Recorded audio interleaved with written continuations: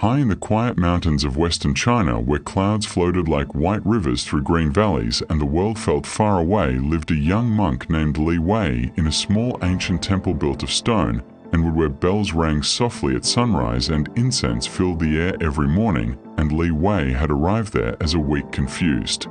and restless boy after losing his father at a young age and watching his family fall into poverty, leaving him angry at life, impatient with himself, and full of unanswered questions. And when his mother could no longer afford his education, she brought him to the temple with tears in her eyes, hoping that discipline and peace would give him a better future than struggle and regret.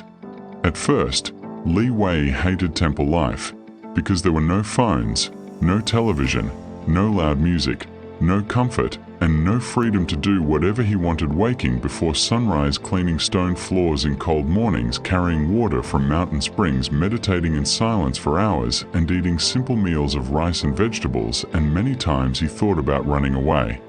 believing that real success existed in the noisy cities below, not in quiet mountains, and he often asked himself why he had been sent to such a lonely place. One evening, after another exhausting day,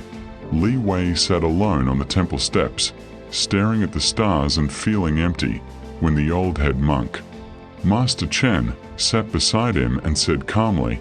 "You are fighting the mountain, but the mountain is trying to teach you." And Li Wei didn't understand at first, but those words stayed in his mind like an echo.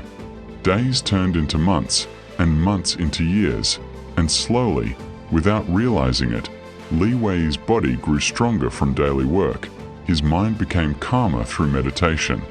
and his heart became lighter through simplicity, and he began to notice small miracles, how sunlight moved across temple walls, how wind whispered through bamboo, how his breath connected him to life, and he learned that peace was not the absence of problems, but the presence of awareness.